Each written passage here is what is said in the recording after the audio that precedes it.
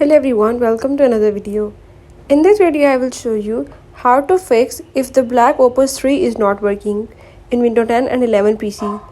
So if the black Opus 3 is not working in Windows 10 and 11 PC, I will tell you how to fix it. I will show you all the steps in this video, you have to follow them. And if you are new here, don't forget to subscribe this channel.